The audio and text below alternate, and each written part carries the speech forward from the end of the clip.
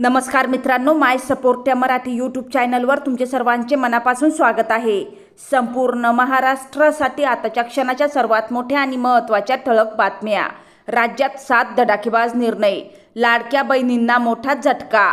1 August शुक्रवार। काही मिनिटांपूर्वीच्या ह्या बातम्या आहेत। या संदर्भात सविस्तर माहिती या व्हिडिओत जाणून घेऊया।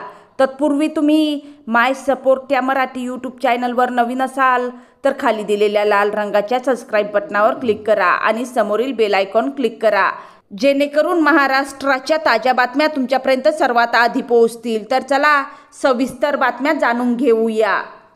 तर बघा, पहिली सर्वात मोठी आणि महत्त्वाची बातमी। संकटात सापडलेल्या शेतकऱ्यांना कर्जमाफीची मागणी। महाराष्ट्रातील एकवटलेल्या सर्व सामाजिक संघटनांनी मुख्यमंत्री देवेंद्र फडणवीस यांच्याकडे केली आहे। यावर शेतकऱ्यांना 1 वर्षाची संपूर्ण कर्जमाफी करण्यात येईल असे आश्वासन मुख्यमंत्री फडणवीस यांनी यावेळी संघटनांच्या शिष्टमंडळाला दिले। तसेच पुढील 10 वर्षात शेतकऱ्यांना सक्षम करणारे आर्थिक धोरण सरकारच्या वतीने राबविण्यात येणार असल्याचे त्यांनी यावेळी सांगितले। त्यानंतरची सर्वात मोठी आणि महत्त्वाची बातमी बघा। मुख्यमंत्री माझी लाडकी बहीण योजनेचा लाभ घेणाऱ्या शासकीय महिला कर्मचाऱ्यांकडून रक्कम वसूल करण्यात येणार आहे। त्यांच्यावर प्रशासकीय कारवाई केली जाणार असल्याची माहिती राज्याच्या महिला आणि बालकल्याण मंत्री आदिती तटकरे यांनी दिली। उपमुख्यमंत्री अजित पवार यांच्या वाढदिवसानिमित्ताने आंबेगाव तालुक्यातील मंचर येथे महिला मेळाव्याचे आयोजन करण्यात आले होते। त्यावेळी तटकरे यांनी हा इशारा दिला आहे। लाडकी बहीण योजनेचा लाभ काही शासकीय महिला कर्मचाऱ्यांनी घेतल्याचे पुढे आले आहे।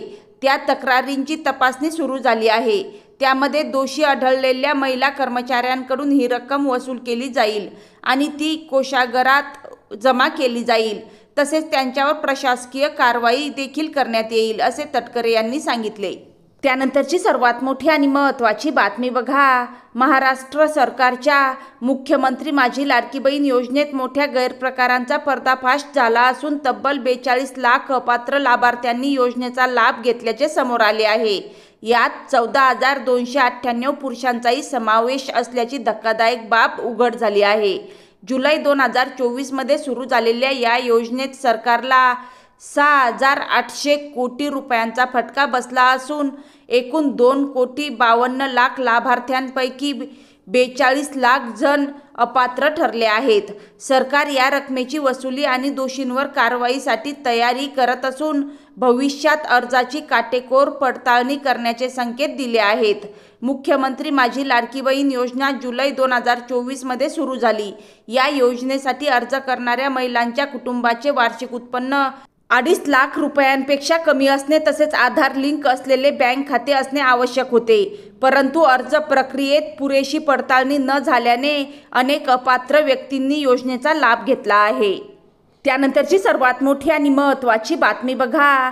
श्री व्यंकटेश्वर स्वामी मंदिराचे व्यवस्थापन करणारे तिरुमल्ला तिरुपती देवस्थानम बोर्ड 1 ऑगस्ट ते 15 ऑगस्टपर्यंत प्रायोगिक तत्वावर श्रीवाणी ऑफलाईन दर्शनासाठी म्हणजेच विशेष तिकीट धारकांसाठी नवीन वेळापत्रक सुरू करण्याची योजना आखत आहे।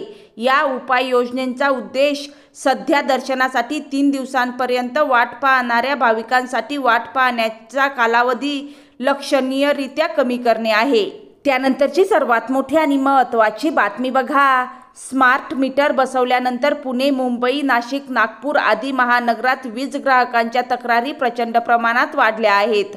केवळ पुण्यात 3 महिन्यात असंख्य तक्रारी फुगलेल्या बिलांबद्दल दाखल झाल्या आहेत।